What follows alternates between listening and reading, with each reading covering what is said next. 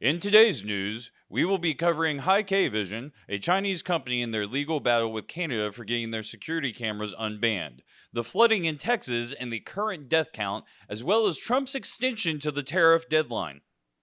On the 27th of June, an order came down from the Canadian government that the Chinese company Hikvision would no longer be allowed to operate within Canada. According to Canada's industry minister, the decision was taken after a multi-step review of information by the Canadian intelligence community covering the danger to national security proposed by the company. Hikvision was faced with similar sanctions within the UK, Australia, and the US. Some sanctions come from claims that Hikvision had provided cameras for the Xinjiang region where the Uyghur were facing human rights abuses. Is that how you say that? Uyghur? Yeah. Okay, well, I'll go with that take. A member of the Chinese embassy had this to say about the situation. This seriously undermines the legitimate rights and interests of Chinese enterprises and disrupts and hurts the normal economic and trade cooperation between China and Canada. China strongly deplores and firmly opposes this.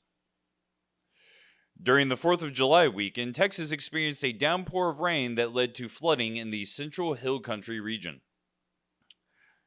Wayne Donahue, a witness who escaped as the floods came, recalled the events in an interview. Saw a house go by and a car light go by and knew we had to get out. By the time I got everybody out of the bed, it was already, I don't know, maybe 2 inches from coming in my house. Search and rescue teams are working tirelessly to find the missing people and bring closure to their families, according to a Fredericksburg fire official.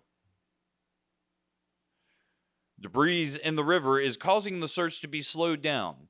This can be seen from a quote by the Fredericksburg Fire Chief, Lynn Bizzle. "We have tremendous challenges from the standpoint of the debris that is in the river," Bizzle said. "We are finding vehicles and RVs deep inside the debris, and you can't even see from the outside." The death tolls from the Texas flooding has reached a total of at least 119 deaths and at least 173 missing as of July 10th. Trump delays tariffs to the 1st of August. According to some sources, on Monday, the 7th of July, letters were sent out to dozens of countries with the new tariff rates. The letter stated, "If for any reason you decide to raise your tariffs, then whatever the number you choose to raise them by will be added on the 25% that we charge." Japan and South Korea had their tariff rates set at 25%, while some countries faced higher rates. Indonesia, South Africa, Bosnia, and Herzegovina have their tariff set at 30%. In the president's letter, it also covered how auto tariffs would be set at 25% separate from the other tariffs. The letter also spoke on steel and aluminum imports being taxed at 50%. Regarding August 1st being a hard deadline, Trump had this to say: "I would say firm, but not 100% firm.